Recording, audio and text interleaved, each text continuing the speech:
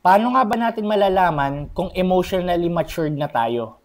Ito yung 5 bagay upang malaman mo na ikaw nga ay tunay na emotionally matured na.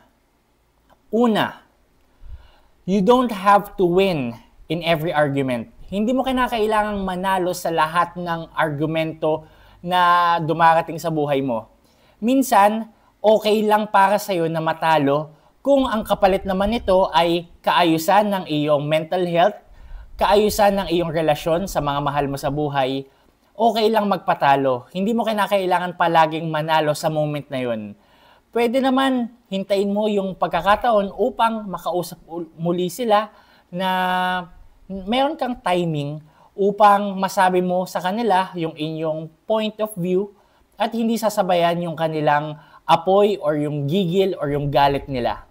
So, sometimes, hindi mo kinakailangan palaging manalo, okay lang matalo sa mga arguments. So, yun yung una. Yung ikalawa, you don't chase people who don't respect you. Marami sa atin, naghahanap ng pagmamahal sa ibang tao, naghahanap ng validation sa ibang tao. You don't have to do that. Kasi, meron tayong tinatawag na individual differences na hindi talaga maiiwasan na may mga tao na magdi-disagree sa atin, hindi sasang-ayon sa ating opinion, sa ating mga kagustuhan, sa takbo ng ating isipan, sa ating ugali, sa ating mga kinikilos, which is okay lang naman yun.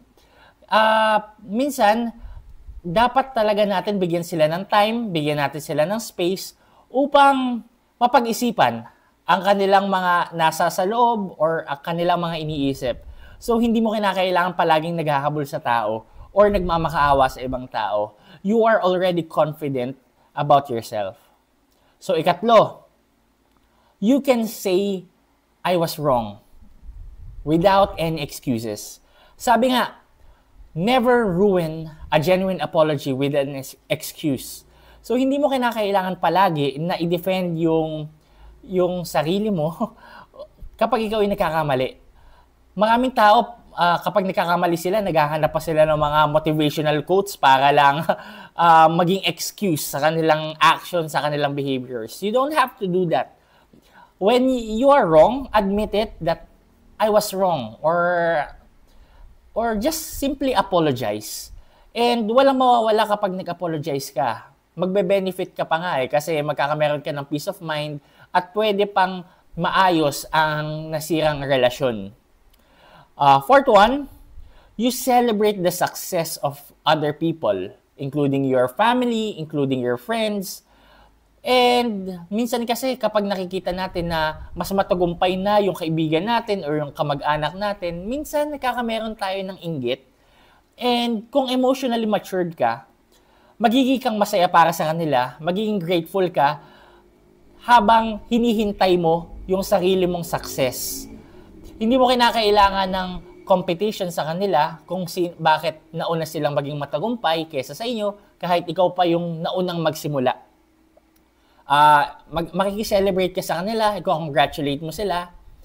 And ayun, magiging ka lang komportable na meron silang success na natanggap. So, last one, number 5, you stop chasing you stop changing people who don't want to be changed. Madalas maraming tao gusto nating baguhin. Probably masama yung ugali nila. Probably hindi okay yung ginagawa nila. And marami sa pagkakataon na gustong-gusto nating baguhin sa kanila at sa kagustuhan nating baguhin sila. Minsan, imbes na magbago sila, lalo pang napapariwara or lalo pang nagiging worst yung kanilang behavior. At sa mas masamang pwedeng mangyari, mas tuluyan ng ma-burn yung bridges sa inyo. Kumbaga, lalo nang magkameron kayo ng samaan ng loob. And an emotionally matured person, just accept the other person as they are. Hindi na nila kailangan baguhin. Pwede nga magbigay sila ng konting tips or konting advice, pero kung ayaw talaga nila magbago, they will just accept that person. They will still love that person. And they will keep that relationship with them. So, yun yung emotionally matured na tao. So, yun guys, yun yung 5 tips ko para malaman mo na ikaw ay emotionally matured na. So, sana meron ka dun sa mga nasabi kong tips. And yeah, I hope that all of us are still working in progress. So, ayan. God bless everyone.